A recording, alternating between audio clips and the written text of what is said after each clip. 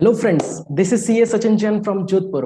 और आज हम लोग टेक्स गुरु के यूट्यूब चैनल पर लाइव सेशन करने जा रहे हैं, जिसके अंदर हम लोग बजट 2022, जिसके अंदर जीएसटी प्रपोजल्स, जो भी जीएसटी लॉ के अंदर अमेंडमेंट प्रपोज किए गए हैं, उससे रिलेटेड डिस्कस करने जा रहे हैं। तो आइए शुरू करते हैं हमारा डिस्कशन।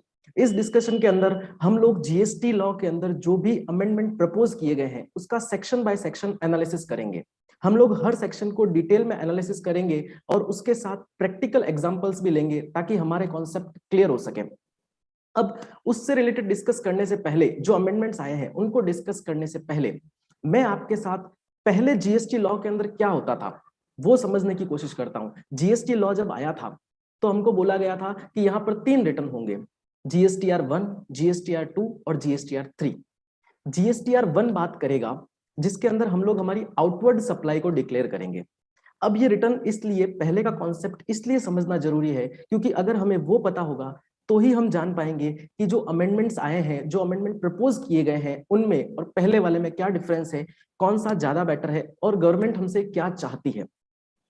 तो जो GSTR 1 था उसके अंदर हमसे GSTR 1 के अंदर आउटवर्ड सप्लाई जो है डिक्लेयर करवाई जाती थी। GSTR 2 के अंदर गवर्नमेंट ने बोला था कि आपको क्या करना है, आपके सप्लायर ने जो माल आपको सप्लाई किया है उसकी इनवॉइस को आपको एक्सेप्ट करना है। और GSTR 3 के अंदर जाकर के आपको क्या करना है, टैक्स का पेमेंट करना है, आउटपुट माइनस इनपुट, और जो बैलेंस बचेगा उसका आपको टैक्स का पेमेंट करना है। ये ओल्ड मैकेनिज्म था जो जीएसटी के अंदर कभी इंप्लीमेंट हो ही नहीं पाया। गवर्नमेंट ने 3 डेट दी थी कि GSTR 1 आपको 10 तारीख तक फाइल करना है, जिस पीरियड का आप फाइल कर रहे हो उस मंथ के नेक्स्ट मंथ की 10 तारीख तक आपको GSTR 1 फाइल करना था, और 15 तारीख तक आपको GSTR 2 फाइल करना था, जिसके अंदर आपको इनपुट एक्सेप्ट करनी थी।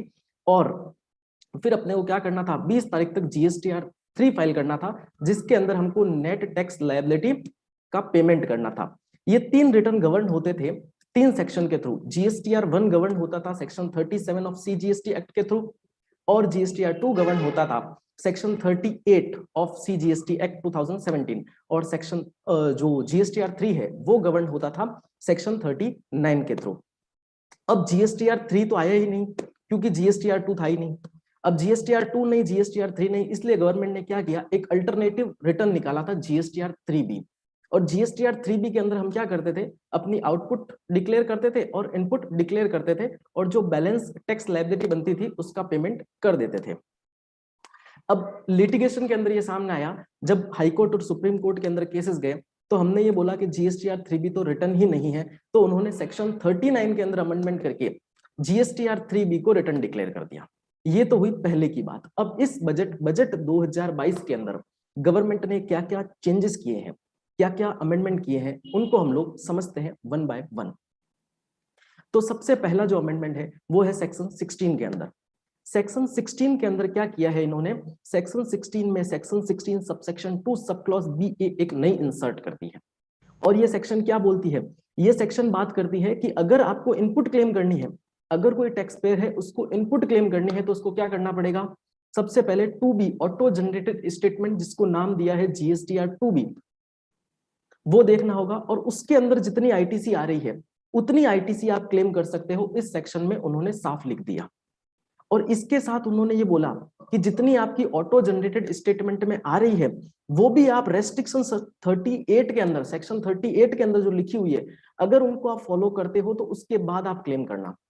मतलब यहां पर हमें section 16 subsection 2 sub clause BA को तो देखना ही है, और इसके साथ में हमें सेक्शन 38 को भी ध्यान रखना है। मतलब मैंने कोई माल अगर किसी एक्स पर्सन से बाय किया, तो उस केस में मुझे हर महीने 2B के अंदर, मेरे 2B के अंदर जितनी आईटीसी आ रही है उसे क्लेम करना है। और अगर वो सेक्शन 38 के अंदर जाकर के रेस्ट्रिक्शन में डाला गया है तो मैं उसे क्लेम नहीं कर पाऊंगा। अब ये सेक्शन 38 क्या है, इनमें क्या रेस्ट्रिक्शंस है, ये हम नेक्स्ट स्लाइड में देखेंगे। पर अभी ये पहला अमेंडमेंट जो गवर्नमेंट ने इस बजट में किया है उसे हमने देखा। अब सेकंड अमेंडमेंट जो आया है वो है सेक्शन 16 सबसेक्शन 2 के अंदर। सेक्शन 16 सबसेक्शन 2 के अंदर इन्होंने क्या किया है, सेक्शन 43A का रेफरेंस दिया हुआ था, उसे वहां से रिमूव कर दिया। अब सर ये सेक्शन 43A क्या बोलती है, तो सेक्शन 43A जो है वो है मैच और मिसमैच से रिलेटेड। इसके अंदर कैपिंग प्रोविजन था, गवर्नमेंट कैपिंग प्रोविजन लेके आई थी कि जितनी आईटीसी आपकी GSTR 2A के अंदर आ रही है, ये जो था अक्टूबर 2019 के अंदर आया था, जिसके अंदर ये बोला गया था कि जितनी आईटीसी आपकी जीएसटीआर 2A के अंदर आ रही है उस आईटीसी का मैक्सिमम 20% और आप क्लेम कर सकते हो। फिर उन्होंने जनवरी 2020 के अंदर कैप को कम किया और बोला कि जितनी आईटीसी आपकी जीएसटीआर 2A के अंदर आ रही है उसके एक्सेस में 10% आप और क्लेम कर सकते हो। फिर 2B आया और 2B के अंदर जितनी आईटीसी आ रही है उसके अंदर हमें मैक्सिमम और 5% और अलाउ कर दिया गया। मतलब 2B में जितनी आईटीसी शो हो रही है उसके और 5% एक्सेस में हम क्लेम कर सकते थे।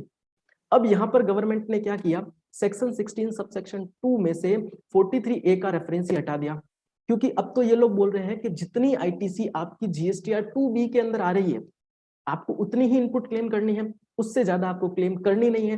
तो मतलब अब यहाँ पर कैपिंग वाले प्रोविजन की जरूरत ही नहीं है, इसलिए यहाँ पर सेक्शन 16 सबसेक्शन 2 में से 43A का रेफरेंस हटा दिया गया। जो थर्ड अमेंडमेंट आया वो आया सेक्शन 16 सबसेक्शन 4 के अंदर। सेक्शन 16 सबसेक्शन 4 बात क्या करती थी, जो ओल्ड प्रोविजन था और जब अब जो प्रपोज्ड है हम दोनों में डिफरेंस समझते हैं। जो ओल्ड सेक्शन 16 सबसेक्शन 4 था वो ये बोलता है कि साहब अगर आपको किसी फाइनेंशियल ईयर से रिलेटेड कोई आईटीसी क्लेम करनी है तो आप नेक्स्ट फाइनेंशियल ईयर के सितंबर मंथ के रिटर्न और annual return whichever is earlier, जो भी पहले हो तब तक आप उसके अंदर आईटीसी क्लेम कर सकते हो, या इनपुट में कोई रेक्टिफिकेशन करना है तो आप कर सकते हो। मतलब अगर आपने एक्सेस क्लेम कर ली है तो आप वापस रिवर्सल कर सकते हो, और अगर आपकी कोई आईटीसी लेने से रह गई है तो उस केस में आप नेक्स्ट फाइनेंशियल ईयर के सितंबर मंथ के रिटर्न की ड्यू डेट तक क्लेम कर सकते हो। यहां पर मतलब सितंबर मंथ की ड्यू डेट या तो 20 अक्टूबर होगी या फिर 22 अक्टूबर होगी या फिर 24 अक्टूबर होगी, टर्नओवर के अकॉर्डिंग और स्टेट के अकॉर्डिंग। अब यहां पर एक अमेंडमेंट करके इन लोगों ने लिख दिया कि वो टाइमलाइन हटा करके अब हम टाइमलाइन एक्सटेंड कर देते हैं 30 नवंबर तक। अब यहां पर कोई रिटर्न की ड्यू डेट नहीं दी है, इन्होंने बोला है कि किसी फाइनेंशियल ईयर की आईटीसी आप नेक्स्ट फाइनेंशियल ईयर के 30 नवंबर तक क्लेम कर सकते हो। मतलब अगर मेरी कोई आईटीसी फाइनेंशियल ईयर 2021 से रिलेटेड है तो मैं उस केस में उस आईटीसी को 30 नवंबर 2021 तक क्लेम कर सकता हूं, उसके बाद में उस आईटीसी को क्लेम नहीं कर सकता हूं। यहां पर ये अपने लिए एक फेवरेबल डिसीजन है जिसके थ्रू हमें अप्रोक्स 1 साल 1 महीने का एक्स्ट्रा टाइम पीरियड मिल गया जिसके अंदर हम लोग आईटीसी को क्लेम कर सकते हैं। तो ये सेक्शन 16 के अमेंडमेंट हुए जिसके अंदर इन्होंने section 16 subsection 2 sub clause B में नई इंसर्ट कर दी, सेक्शन 16 सबसेक्शन 2 में से 43A का रेफरेंस हटा दिया और सेक्शन 16 सबसेक्शन 4 में जो टाइमलाइन है उसे एक्सटेंड कर दिया। अब जो नेक्स्ट अमेंडमेंट हम लोग देखने जा रहे हैं वो है सेक्शन 29 का।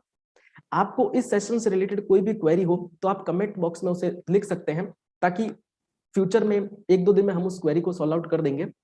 अब जो नेक्स्ट अमेंडमेंट आया वो आया सेक्शन 29 के अंदर। सेक्शन 29 के अंदर पहले तो बात करते हैं बेसिकली सेक्शन 29 क्या बोलती है। तो सेक्शन 29 के अंदर कैंसिलेशन के प्रोविजन है कि कब आपका रजिस्ट्रेशन कैंसिलेशन के लिए लायबल हो जाएगा।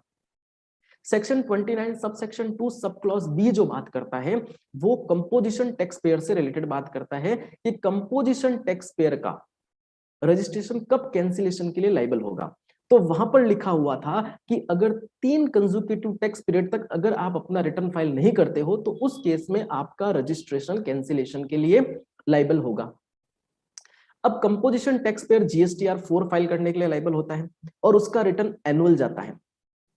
तो 3 कंसेक्यूटिव टैक्स पीरियड का क्या मतलब है, 3 फाइनेंशियल ईयर, ऐसा तो नहीं है। इसलिए यहां पर इन्होंने क्लेरिफिकेशन के तौर पे भी समझने के लिए भी ये लिख दिया कि जो जिस फाइनेंशियल ईयर से रिलेटेड आपका रिटर्न है उस फाइनेंशियल ईयर के 3 महीने के अंदर अगर आप रिटर्न फाइल नहीं करते हो तो उस केस में आपका रजिस्ट्रेशन कैंसिलेशन के लिए लायबल होगा।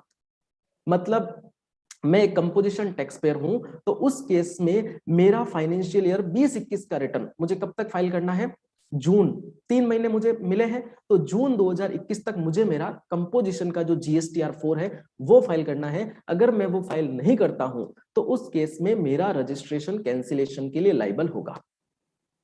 नेक्स्ट जो अमेंडमेंट आया सेक्शन 29 के अंदर वो आया section 29 subsection 2 sub clause C के अंदर। ये जो सेक्शन है बेसिकली रेगुलर टैक्स पेयर से रिलेटेड है कि रेगुलर टैक्स पेयर का रजिस्ट्रेशन कब कैंसिलेशन के लिए लायबल होगा। तो यहाँ पर रेगुलर टैक्स पेयर के लिए ये लिखा हुआ था कि अगर वो कंसेक्यूटिव 6 मंथ तक रिटर्न फाइल नहीं करता है तो उस केस में उसका रजिस्ट्रेशन कैंसिलेशन के लिए लाइबल हो जाएगा। मतलब मैं अगर एक रेगुलर टैक्स पेयर हूं और अगर मैं 6 महीने तक कंटिन्यू रिटर्न फाइल नहीं करता हूं तो उस केस में मेरा रजिस्ट्रेशन कैंसिल किया जा सकता है जीएसटी अथॉरिटीज के द्वारा। अब यहां पर उन्होंने क्या किया, इस टाइमलाइन को हटा दिया। 6 महीने की कोई टाइमलाइन नहीं है, उन्होंने टाइमलाइन को हटा दिया और लिख दिया टाइमलाइन जो हम डिसाइड करें। हम 3 महीने डिसाइड कर सकते हैं, 4 महीने डिसाइड कर सकते हैं, 5 महीने डिसाइड कर सकते हैं। जो टाइमलाइन हम डिसाइड करेंगे उस टाइमलाइन का अगर आपने रिटर्न फाइल नहीं किया तो उस केस में आपका रजिस्ट्रेशन कैंसिलेशन के लिए लाइबल होगा। ये लेके आए रेगुलर टैक्स पेयर के लिए। तो यहां पर सेक्शन 29 के अंदर 2 अमेंडमेंट किए, एक कॉम्पोजिशन के लिए और एक रेगुलर के लिए। Section 29 subsection 2 sub clause B और सब क्लॉज सी के अंदर अमेंडमेंट किया। जो नेक्स्ट अमेंडमेंट किया है वो किया है सेक्शन 34 के अंदर। सेक्शन 34 बात करती है क्रेडिट नोट से रिलेटेड। अब क्रेडिट नोट के अंदर वहां पर लिखा हुआ है कि किसी फाइनेंशियल ईयर का अगर आपको क्रेडिट नोट इश्यू करना है तो उस केस में आप कब तक कर सकते हो, नेक्स्ट फाइनेंशियल ईयर की 30 सितंबर तक आप क्रेडिट नोट इश्यू कर सकते हो। एक एग्जांपल से इसको समझते हैं कि मैंने कोई माल बेचा, मैंने किसी एक्स पर्सन को कोई माल सेल किया और उस केस में क्या हुआ, वो माल में कुछ डिफेक्ट था तो उसने बोला कि साहब इसके अंदर तो डिफेक्ट आया है इसलिए आप मुझे क्रेडिट नोट इश्यू करो, मतलब मेरा टैक्स जितना मैंने पेमेंट किया उतना नहीं बनता है, उसने मुझसे कुछ अमाउंट वापस ले लिया। तो उस केस में मुझे क्रेडिट नोट इश्यू करना पड़ेगा क्योंकि मुझे मेरी टैक्स लायबिलिटी कम करनी है और वो मुझे पता चलता है अगर 30 सितंबर से पहले। तो उस केस में मैं क्या करता हूं, एक क्रेडिट नोट इश्यू कर देता हूं। तो ये टाइमलाइन पहले 30 सितंबर तक थी जिसके अंदर क्रेडिट नोट इश्यू करके मैं अपनी टैक्स लायबिलिटी को कम कर सकता था। लेकिन अब यहां पर गवर्नमेंट एक अमेंडमेंट लेकर आई और उन्होंने यहां की टाइमलाइन को भी बढ़ा करके 30 नवंबर कर दिया। जिस फाइनेंशियल ईयर से रिलेटेड आपको क्रेडिट नोट इश्यू करना है उसके नेक्स्ट फाइनेंशियल ईयर के 30 नवंबर तक आप क्या कर सकते हो, क्रेडिट नोट इश्यू कर सकते हो। मतलब अगर आप अपनी सप्लाई को रिड्यूस करना चाहते हो किसी फाइनेंशियल ईयर से रिलेटेड तो उस केस में आपके पास नेक्स्ट फाइनेंशियल ईयर की 30 नवंबर तक की डेट है। यहां पर हमें सीधा सीधा 2 महीने का बेनिफिट मिला है क्योंकि क्रेडिट नोट के केस में रिटर्न की ड्यू डेट नहीं लिखी हुई थी, वहां पर 30 सितंबर की डेडलाइन दे रखी थी और अब चूंकि इसे बढ़ा दिया गया है तो हमारे पास जो टाइम लिमिट है वो 30 नवंबर तक है। ये डिसीजन हमारे फेवर में लिया गया है। अब जो नेक्स्ट अमेंडमेंट किया गया वो किया गया सेक्शन 37 के अंदर। अब तक हमने 3 सेक्शन में अमेंडमेंट देखे, सेक्शन 16 के अंदर अमेंडमेंट किया है, सेक्शन 29 के अंदर अमेंडमेंट किया है, सेक्शन 34 के अंदर अमेंडमेंट किया है। और बेसिकली देखे तो अमेंडमेंट केवल 2 ही है। एक अमेंडमेंट तो उन्होंने जो जीएसटीआर 2 है उसको रिमूव करने के लिए अमेंडमेंट किया है क्योंकि सेक्शन 16 के अंदर जो अमेंडमेंट आए सब उसके रिगार्डिंग है। और दूसरा जो अमेंडमेंट है वो अमेंडमेंट है कि टाइमलाइन उन्होंने एक्सटेंड की है इनपुट को रेक्टिफाई करने की, क्रेडिट नोट को इश्यू करने की, और आगे हम देखेंगे कि आउटपुट को भी अगर आपको कम ज्यादा करना है तो उसके लिए भी जो टाइमलाइन है वो बढ़ा दी गई है। अब देखते हैं सेक्शन 37 के अंदर क्या अमेंडमेंट किए गए हैं। तो सबसे पहले सेक्शन 37 सब सेक्शन 1 के अंदर जो फर्स्ट प्रोवाइजो था उसे हटा दिया गया है। अब वो फर्स्ट प्रोवाइजो क्या बोलता था, उस फर्स्ट प्रोवाइजो के अंदर ये लिखा हुआ था कि आपका जो जीएसटीआर 1 है जिस पीरियड से रिलेटेड है, जिस मंथ से रिलेटेड है, उस मंथ के नेक्स्ट मंथ की 11 से 15 तारीख तक आप जीएसटीआर 1 को फाइल नहीं कर पाएंगे। सीधी सीधी लैंग्वेज में उसका मतलब ये निकलता है। क्यों नहीं फाइल कर पाएंगे, उसके पीछे एक छोटा सा लॉजिक था कि जो ओल्ड जीएसटी रिटर्न का मैकेनिज्म था उसकी ड्यू डेट थी जीएसटीआर 1 के लिए 10 तारीख, जीएसटीआर 2 के लिए 15 तारीख और जीएसटीआर 3 के लिए 20 तारीख।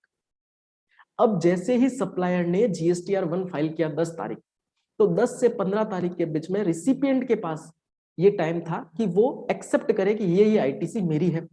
अब तो जीएसटीआर 2 वाली कोई कॉन्सेप्ट ही नहीं है, कोई आईटीसी का एक्सेप्टेंस ही नहीं है। तो उस केस में सीधा सीधा इन्होंने क्या किया कि 11 के 15 के बीच में भी आप क्या कर सकते हो, जीएसटीआर 1 फाइल कर सकते हो। यहां पर हमें ये वाला पीरियड भी मिल गया। तो बेसिकली देखा जाए तो ये कोई अमेंडमेंट नहीं है, ये इफेक्ट है कि साहब आप जीएसटीआर 2 हटा रहे हो, जीएसटीआर 2 रिटर्न नहीं है, इसलिए अपन क्या कर रहे हैं, ये एक्स्ट्रा टाइम दे दिया। और इसे एक्स्ट्रा टाइम भी नहीं कह सकते क्योंकि अगर हम जीएसटीआर 1 11 को भरेंगे तो वो सामने वाले के 2B में ऑटो पॉपुलेट नहीं होगा, और अगर वो ऑटो पॉपुलेट नहीं होगा तो सामने वाले को इनपुट नहीं मिलेगी as per section 16 subsection 2 sub clause BA।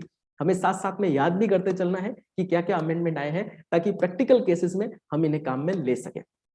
जो सेक्शन 37 सबसेक्शन 2 है उसे भी हटा दिया गया, क्योंकि सेक्शन 37 सबसेक्शन 2 सीजीएसटी एक्ट ये बोलती थी कि जो आपके सप्लायर ने जीएसटीआर 1 के अंदर सप्लाई डिक्लेयर की है, जो भी आपकी इनवॉइस डिक्लेयर की है, उसे आपको एक्सेप्ट करना है 15 तारीख तक जीएसटीआर 2 के रूप में। अब जीएसटीआर 2 है ही नहीं तो आईटीसी का एक्सेप्टेंस ही नहीं है, तो उस केस में सेक्शन 37 सबसेक्शन 2 का रिलेवेंस ही नहीं है, इसलिए यहां से सेक्शन 37 सबसेक्शन 2 को भी हटा दिया गया। तो सेक्शन 37 के अंदर सबसे पहला अमेंडमेंट किया उन्होंने, सेक्शन 37 सबसेक्शन 1 के फर्स्ट प्रोवाइजो को हटा दिया और सेक्शन 37 सबसेक्शन 2 को भी हटा दिया। अब जो नेक्स्ट अमेंडमेंट किया है वो है सेक्शन 37 सबसेक्शन 3 में।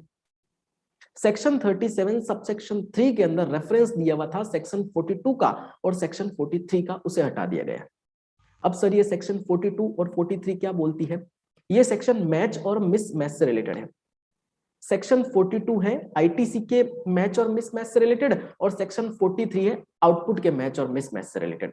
सेक्शन 42 के अंदर ये लिखा हुआ है कि जितनी आईटीसी आपके 2A में 2B में आ रही है उतनी ही आपको क्लेम करनी है, या उसके 20% एक्सेस कैप में क्लेम करनी है, 10% एक्सेस क्लेम में कैप करनी है, या 5% एक्सेस कैप में क्लेम करनी है। एज पर द डेट्स ये रेट जो है वो चेंज होती चली गई, ये कैपिंग वाला प्रोविजन चेंज होता गया। अगर वो आपको कहां से मैच करनी है, पहले आप जीएसटीआर 2A में से मैच करते थे, फिर आप जीएसटीआर 2B में से मैच करते थे, तो ये प्रोविजन लिखे हुए थे सेक्शन 42 के अंदर कि वहां पर जितना आ रहा है उसके इस कैपिंग में मैच करवा करके आपको आईटीसी क्लेम करनी है।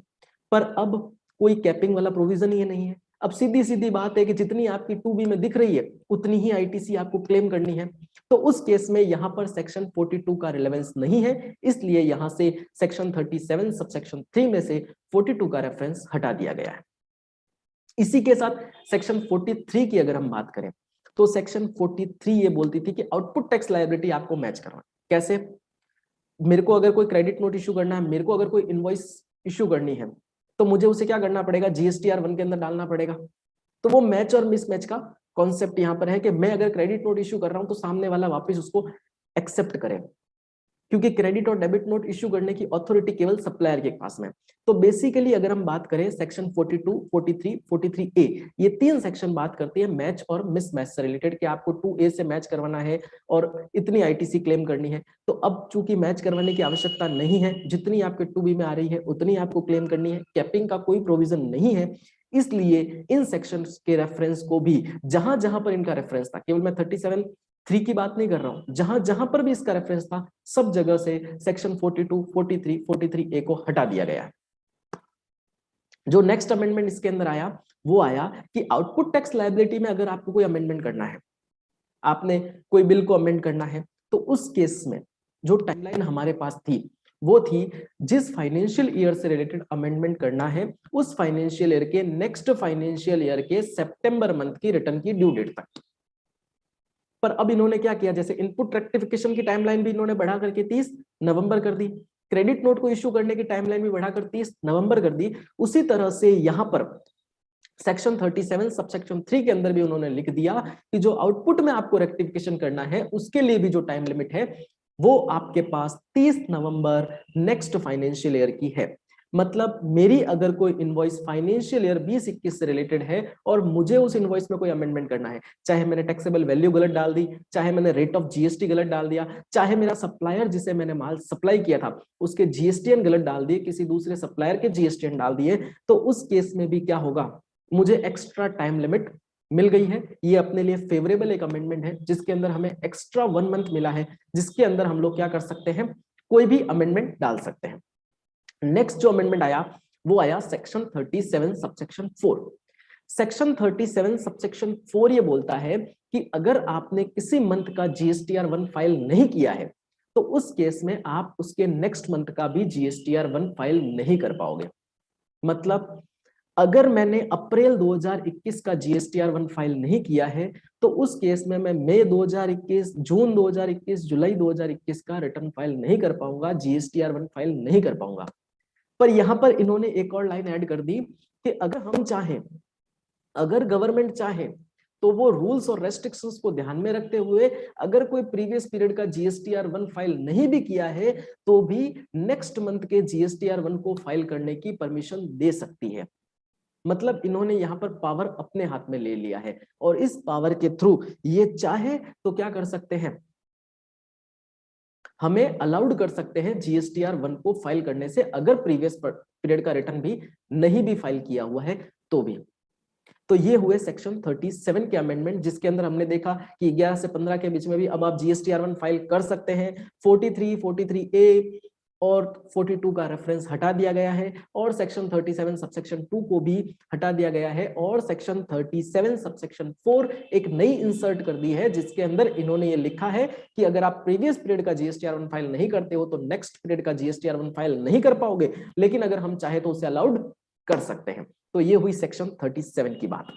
अब हम आगे चलते हैं और बात करते हैं सेक्शन 38 की। सेक्शन 38 जो पुरानी थी, जिसके अंदर GSTR2 लिखा हुआ था कि GSTR2 में आपको ITC को एक्सेप्ट करना है, आपका सप्लायर जो ITC डाल रहा है उसको आपको एक्सेप्ट करना है, उसको सब्स्टिट्यूट करके यहाँ पर एक नई सेक्शन डाल दी, सेक्शन 38 ही है पर उसकी लैंग्वेज पूरी चेंज कर दी और ये प्रपोज्ड अमेंडमेंट है। सेक्शन 38 के अंदर इन्होंने लिख दिया कि आपको ITC क्लेम करनी है। अगर मुझे ITC क्लेम करनी है तो मेरे सप्लायर ने जो रिटर्न फाइल किया है उसके अंदर उसने क्या किया होगा, आउटपुट सप्लाई डिक्लेयर की होगी, तो वो मेरे GSTR2B में मतलब मेरे ऑटो जनरेटेड स्टेटमेंट के अंदर वो शो होगी और मेरे ऑटो जनरेटेड स्टेटमेंट के अंदर जितनी ITC शो होगी मैं उतनी ही ITC क्लेम कर सकता हूं। और यहां पर इन्होंने सेक्शन 38 सबसेक्शन 2 के अंदर यह भी लिख दिया कि जो ITC शो होगी वो दो पार्ट के अंदर शो होगी।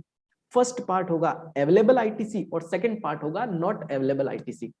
मतलब आपके 2B में जो ITC आ गई उसके बाद भी आपको चेक करना है कि ये मुझे मिलेगी या फिर नहीं मिलेगी। अब जो मिलेगी वो तो ठीक है, जो नहीं मिलेगी वो किस बेस पर नहीं मिलेगी। तो यहां पर इन्होंने कुछ गाइडलाइन दे दी, कुछ कंडीशंस रख दी कि ये कंडीशन अगर फुलफिल होती है तो उस केस में आपको ITC मिलेगी और अगर ये फुलफिल नहीं होती है तो आपको ITC नहीं मिलेगी।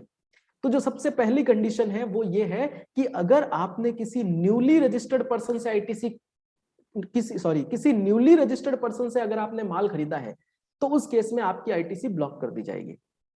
ये तो नोटिफिकेशन पहले भी आया था कि अगर आप 50 लाख से ज्यादा किसी न्यूली रजिस्टर्ड पर्सन से माल खरीदते हैं तो उस केस में आपके ITC का एक सर्टेन अमाउंट जो है ब्लॉक कर दिया जाएगा। लेकिन यहां पर ना इन्होंने अमाउंट लिखा ना कोई परसेंटेज लिखा, यहां पर सीधा लिख दिया कि अगर आप न्यूली रजिस्टर्ड पर्सन से माल खरीदते हो तो उस केस में हम जितना चाहे उतना पोर्शन आपका ब्लॉक कर सकते हैं, हम चाहे तो पूरी की पूरी ITC का पोर्शन भी ब्लॉक कर सकते हैं। और जो सबसे बड़ी बात है वो ये है कि जो एलिजिबल ITC, अवेलेबल ITC और नॉट अवेलेबल ITC डिटरमाइन करेगा वो सिस्टम खुद करेगा। सिस्टम आर्टिफिशियल इंटेलिजेंस खुद करेगी कि ये ITC आपको अवेलेबल है या फिर नहीं है, वो वहां पर रेस्ट्रिक्शन लगाएंगे। अब वो रेस्ट्रिक्शन किस बेस पर लगने वाली है हम वही डिस्कस कर रहे हैं। सबसे पहली जो रेस्ट्रिक्शन है वो ये है कि अगर आपने न्यूली रजिस्टर्ड पर्सन से कोई माल खरीदा तो उस केस में आपकी ITC ब्लॉक की जा सकती है। जो सेकंड पॉइंट इसके अंदर उन्होंने लिखा वो लिखा अगर आपने जिससे माल खरीदा है वो टैक्स पेमेंट में कोई डिफॉल्ट करता है तो उस केस में भी आपकी ITC ब्लॉक कर दी जाएगी। क्यों? क्योंकि आपके सप्लायर ने क्या किया, GSTR1 तो फाइल कर दिया और उसने जैसे GSTR1 फाइल किया आपके GSTR2B के अंदर वो शो हो जाएगा। लेकिन अगर उसने टैक्स पेमेंट में कोई डिफॉल्ट किया है, अब टैक्स पेमेंट में डिफॉल्ट के कई सारे तरीके हो सकते हैं, पर अगर उसने डिफॉल्ट किया है तो उस केस में आपको ITC नहीं मिलेगी, आपके वो नॉट अवेलेबल कॉलम के अंदर चली जाएगी। जो नेक्स्ट अमेंडमेंट यहां पर आया वो आया कि अगर आपके सप्लायर के GSTR1 और 3B के अंदर डिफरेंस है तो उस केस में भी आपको ITC नहीं मिलेगी, वो नॉट अवेलेबल में चली जाएगी। और वो ITC में जो डिफरेंस है वो तो वैसे ही GST पोर्टल पकड़ लेगा। अभी आज ही इन्होंने दिया है कि आपके GST पोर्टल के ऊपर एक फैसिलिटी है कि कितना परसेंटेज का आपका डिफरेंस आ रहा है वो भी आपको शो हो जाएगा। तो उस केस में अगर अपने GSTR1 और 3B में भी डिफरेंस आ रहा है तो भी ITC अनअवेलेबल ITC में चली जाएगी। जो नेक्स्ट अमेंडमेंट आया, अगर आपके सप्लायर ने एक्सेस ITC क्लेम कर ली, मतलब उसके 2B में क्या आ रहा था और उसने क्लेम कुछ और कर लिया, उससे एक्सेस अगर उसने क्लेम कर ली, कम क्लेम करते हो तब तक तो गवर्नमेंट को दिक्कत ही नहीं है, पर अगर आपने एक्सेस क्लेम कर ली तो उस केस में भी आपको ITC नहीं मिलेगी। जो नेक्स्ट अमेंडमेंट आया वो आया सेक्शन 49 सबसेक्शन 12, अगर आपने फॉलो नहीं की है अब सर ये सेक्शन 49 सबसेक्शन 12 क्या है? तो सेक्शन 49 सबसेक्शन 12 अभी इसी बजट में गवर्नमेंट ने नई इंसर्ट की है और इस सेक्शन के अंदर लिखा है कि हम जितना चाहे उतना अमाउंट आपको ये बोल सकते हैं कि ये आपको क्रेडिट लेजर के थ्रू पे करना है और ये आपको कैश लेजर के थ्रू पेमेंट करना है।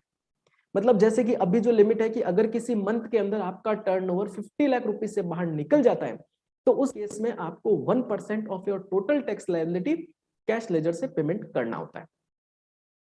तो यहां पर अब इन्होंने बोला कि कोई 1% की बात ही नहीं है, हम जितना परसेंट चाहे उतना परसेंट आपसे रोकड़ में भरवा सकते हैं और जितना चाहे उतना हम आपसे क्रेडिट लेजर से भरवा सकते हैं। यहां पर फिर इन्होंने पावर अपने हाथ में रखा कि अगर वो सेक्शन 49(12) डाल करके ही पावर रख लिया कि जितना हम चाहे उतना आप क्रेडिट लेजर से भरना और जितना हम चाहे उतना हम कैश लेजर से भरना, तो अगर आपके सप्लायर ने सेक्शन 49 सबसेक्शन 12 को फॉलो नहीं किया तो उस केस में भी आपकी आईटीसी ब्लॉक हो जाएगी, आपको आईटीसी नहीं मिलेगी, नॉट अवेलेबल में चली जाएगी।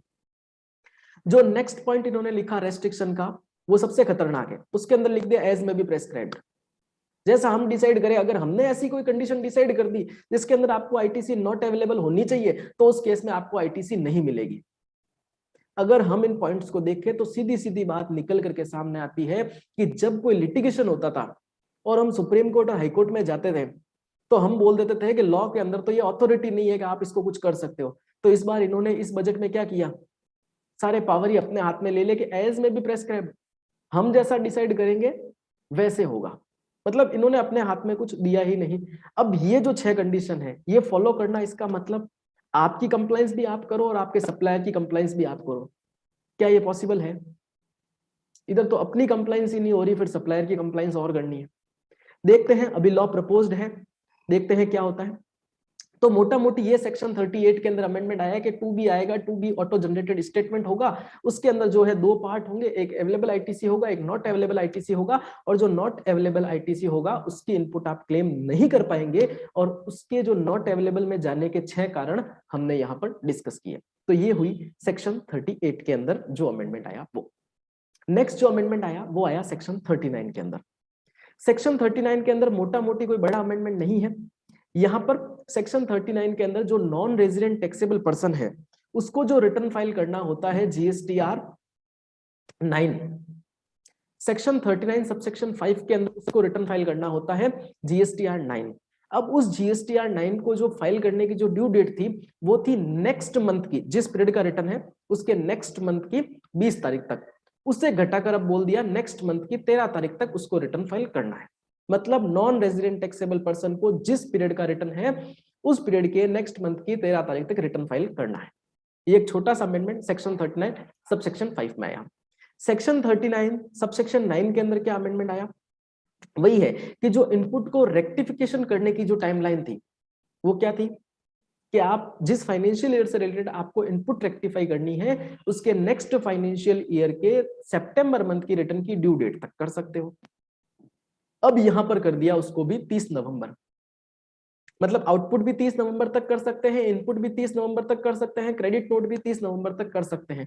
तो टोटली हम ये बोल सकते हैं कि जो भी अमेंडमेंट जीएसटीआर 1 या जीएसटीआर 3B में हम करना चाहते हैं, हमारे इनपुट और आउटपुट पे करना चाहते हैं, अब उसकी ड्यू डेट 30 नवंबर है। तो इसका कहीं ना कहीं हमें बेनिफिट मिलने वाला है। जो नेक्स्ट अमेंडमेंट आया वो आया सेक्शन 39 सबसेक्शन 10 के अंदर। सेक्शन 39 सबसेक्शन 10 के अंदर क्या हुआ, सेक्शन 39 सबसेक्शन 10 के अंदर ये बोल दिया गया कि अगर आपने प्रीवियस पीरियड का जीएसटीआर 1 फाइल नहीं किया है तो उस केस में आप नेक्स्ट पीरियड का जीएसटीआर 3B फाइल नहीं कर पाएंगे। अब जीएसटीआर 1 फाइल नहीं किया, मैं जीएसटीआर 3B फाइल नहीं कर पाऊंगा, पर यहां पर भी इन्होंने बोला कि अगर कुछ कंडीशन को देखते हुए, कुछ रेस्ट्रिक्शन को लगाते हुए अगर हम चाहें तो हम अलाउड कर सकते हैं कि अगर आपने प्रीवियस पीरियड का जीएसटीआर 1 फाइल नहीं भी किया है तो आप नेक्स्ट मंथ का जीएसटीआर 3B फाइल कर सकते हैं। मतलब इमरजेंसी के केस में इन्होंने प्रोविजन अपने हाथ में रखा है कि अगर हम चाहें तो यहां पर हम क्या कर सकते हैं, जीएसटीआर 3B को फाइल करना अलाउड कर सकते हैं। मतलब अगर मैंने अप्रैल 2021 का जीएसटीआर फाइल नहीं किया है 1, तो उस केस में मैं मई 2021 का जीएसटीआर 3B फाइल नहीं कर पाऊंगा। अभी अपन ने पहले एक सेक्शन पढ़ी, उसमें क्या देखा कि अगर मैंने अप्रैल 2021 का जीएसटीआर 1 फाइल नहीं किया तो उस केस में मैं मई 2021 का जीएसटीआर 1 फाइल नहीं कर पाऊंगा। और यहाँ पर ये बोलता है कि अगर आपने अप्रैल 2021 का जीएसटीआर 1 फाइल नहीं किया तो आप मई 2021 का जीएसटीआर 3B भी फाइल नहीं कर पाओगे। दोनों सिमिलर प्रोविजंस हैं और दोनों के अंदर ये लिखा हुआ है अगर हम चाहें तो अलाउड कर सकते हैं। तो ये हुआ सेक्शन 39 का अमेंडमेंट।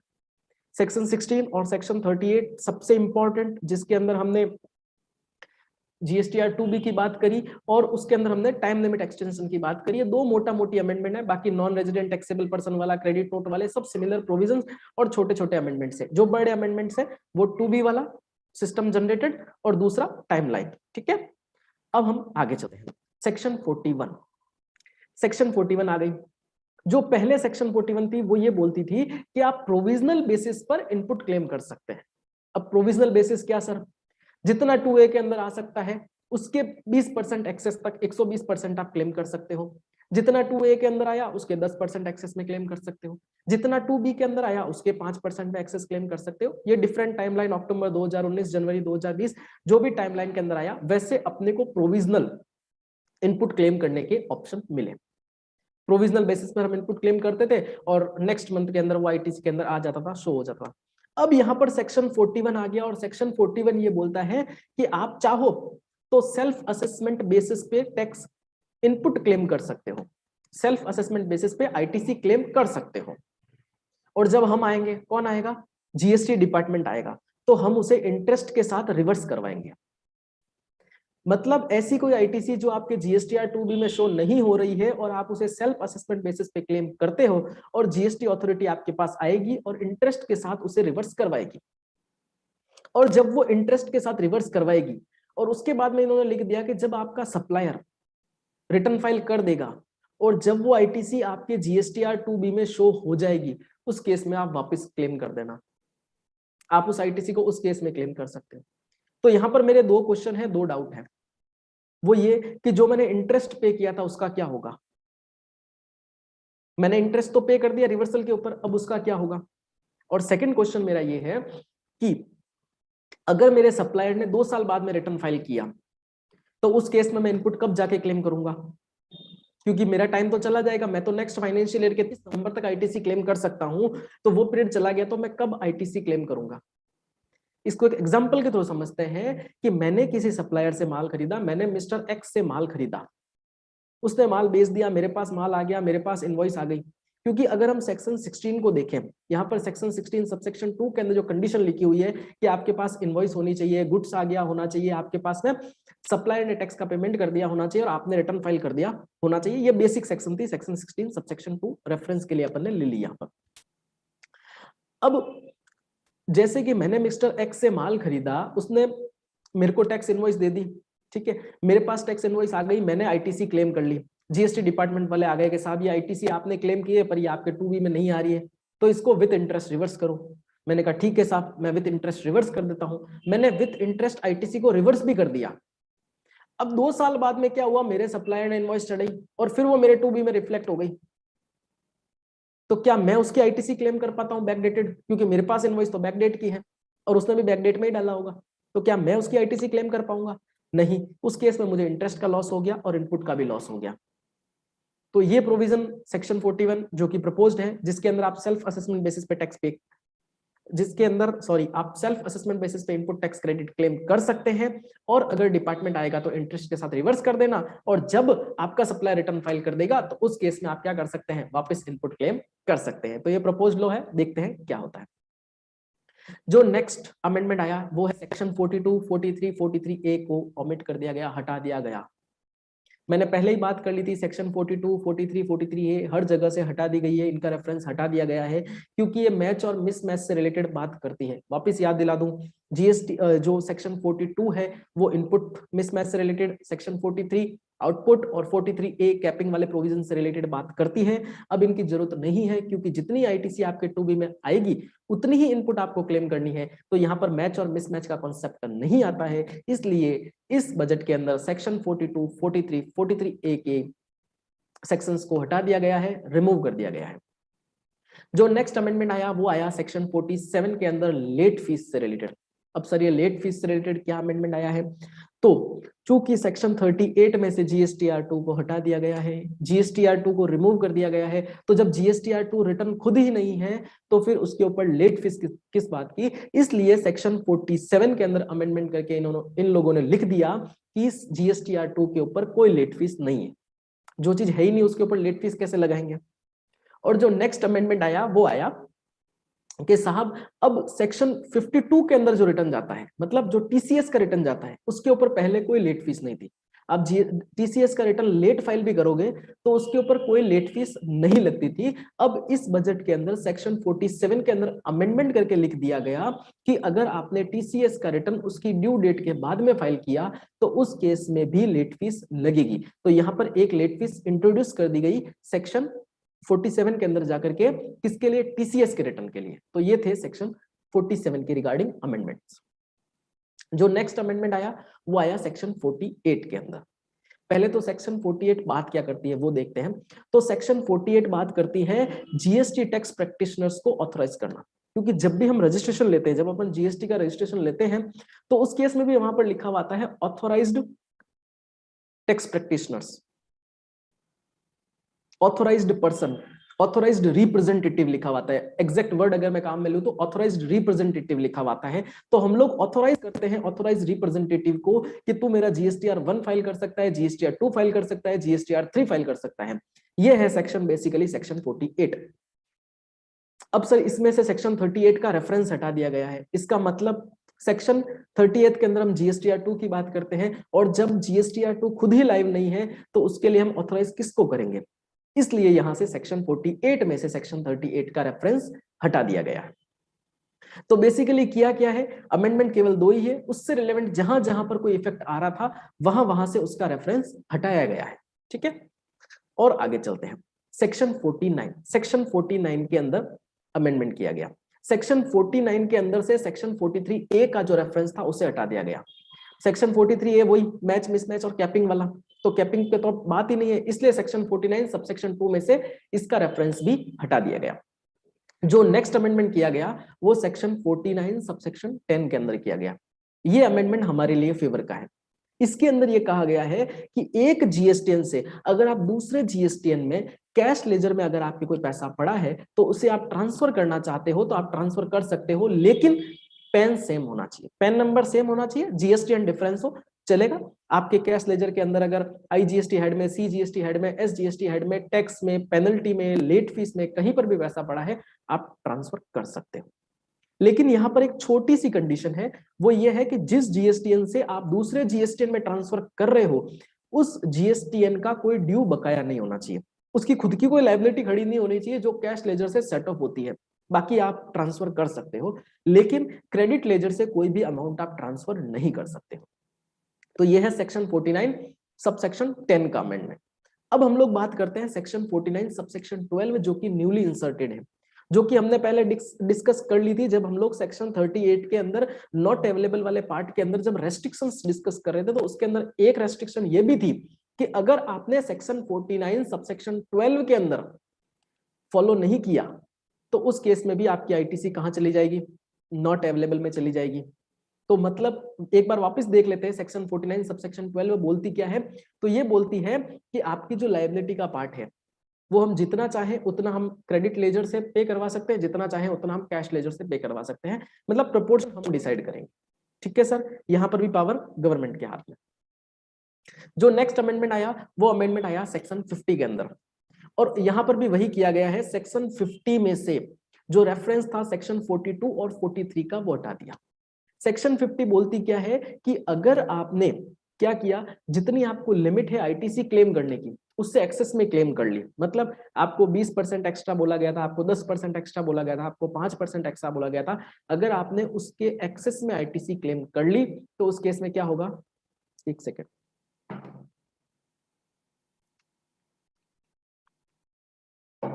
Sorry, section 50।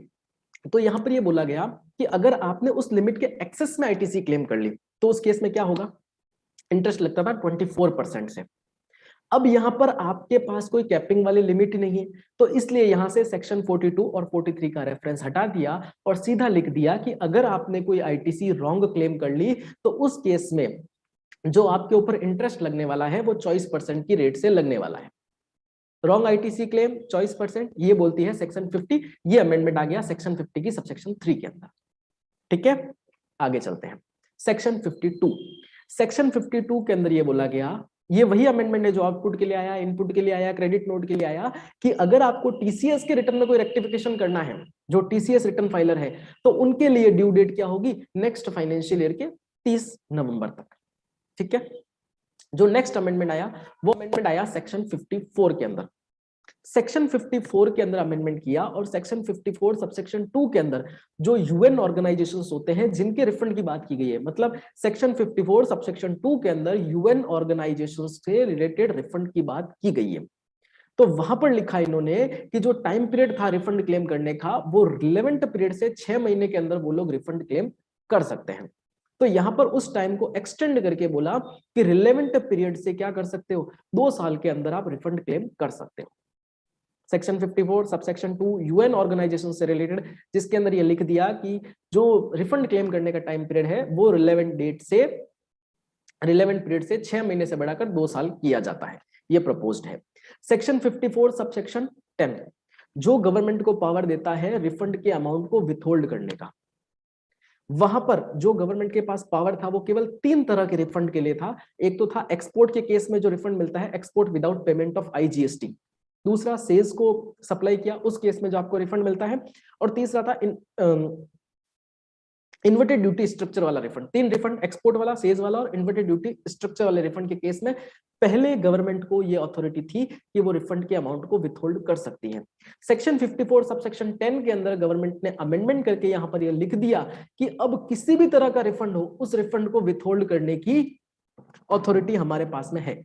इसका मतलब यहां पर इन्होंने क्या किया, पावर अपने हाथ में ले लिया फिर से, कि किसी भी तरह के रिफंड को, 10-12 प्रकार का जो भी रिफंड है, उसमें अगर कोई अमाउंट हमें विथहोल्ड करना होगा तो हम रिफंड के अमाउंट को विथहोल्ड कर सकते हैं सेक्शन 54 सबसेक्शन 10 के थ्रू।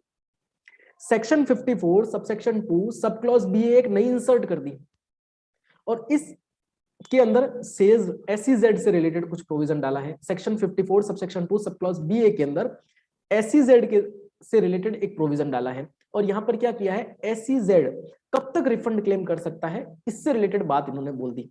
अब ऐसा इन्होंने क्यों किया, क्योंकि सेक्शन 54 सबसेक्शन 2 जो की बात करता है रिफंड क्लेम करने के टाइमलाइन की, वहां पर एसईजेड से रिलेटेड कोई टाइमलाइन नहीं दी हुई थी। मतलब एसईजेड वाला कब तक रिफंड क्लेम कर सकता है, इससे रिलेटेड कोई भी बात सेक्शन 54 सबसेक्शन 2 में नहीं की हुई थी। इसलिए यहां पर इन्होंने क्या किया, section 54 subsection 2 sub clause B ए नई इंसर्ट कर दी, और इस सेक्शन को इंसर्ट करके उन्होंने यहां पर बोल दिया कि अगर कोई एसईजेड वाला है और अगर उसे रिफंड क्लेम करना है तो रिलेवेंट पीरियड से 2 साल के अंदर वो क्या कर सकता है, रिफंड क्लेम कर सकता है। तो सेक्शन 54 में बेसिकली रिफंड से रिलेटेड अमेंडमेंट आए। सेक्शन 54 सबसेक्शन 2 के अंदर यूएन ऑर्गेनाइजेशन को जो रिफंड मिलते हैं उससे रिलेटेड अमेंडमेंट।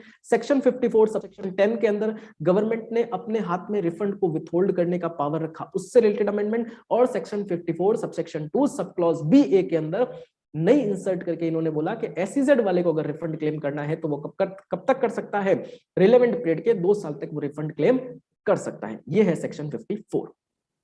जो नेक्स्ट अमेंडमेंट आया वो आया सेक्शन 168 के अंदर, जो क्या करती है, जो जीएसटी अथॉरिटी है, जीएसटी ऑफिशियल्स है, उनको पावर देती है इंस्ट्रक्शन या फिर डायरेक्शन इश्यू करने से रिलेटेड। तो यहां से कुछ नहीं किया है, सेक्शन 168 सबसेक्शन 2 के अंदर सेक्शन 38 का रेफरेंस दिया हुआ था। और सेक्शन 38 कौन सी है, जीएसटीआर 2 से रिलेटेड। और जब जीएसटीआर 2 खुद लाइव नहीं है तो उससे रिलेटेड कोई अथॉरिटी क्या डायरेक्शन इशू करेगी और क्या इंस्ट्रक्शन इशू करेगी, इसलिए यहां पर सेक्शन 168 सबसेक्शन 2 के अंदर अमेंडमेंट करके यहां पर जो रेफरेंस था सेक्शन 38 का उसे रिमूव कर दिया गया। अब ये तो हुई सेक्शन में जो वेरियस अमेंडमेंट्स आए थे उनकी बात। ये सेक्शंस में अमेंडमेंट आए और मोटा मोटी केवल 2 ही अमेंडमेंट आए, टाइम लिमिट और जीएसटीआर 2 का रिमूवल, क्योंकि जीएसटीआर 2 इफेक्टिव नहीं।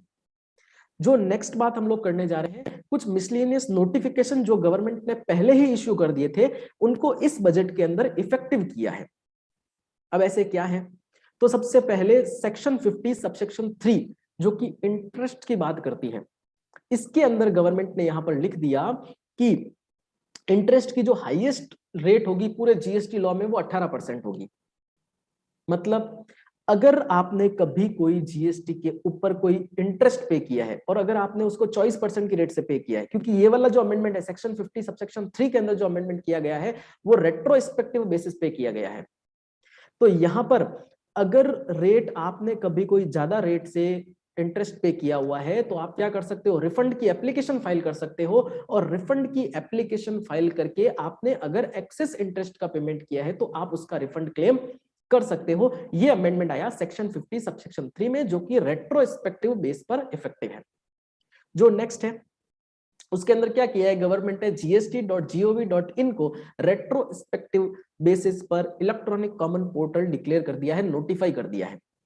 पहले गवर्नमेंट ने gst.gov.in को, फिर ई वे बिल पोर्टल को भी इलेक्ट्रॉनिक पोर्टल डिक्लेयर किया था, और फिर ई इनवॉइस पोर्टल को भी इलेक्ट्रॉनिक पोर्टल डिक्लेयर किया था। लेकिन अब यहां पर इन्होंने नोटिफाई कर दिया है सारे के सारे फंक्शन के लिए gst.gov.in को इलेक्ट्रॉनिक पोर्टल।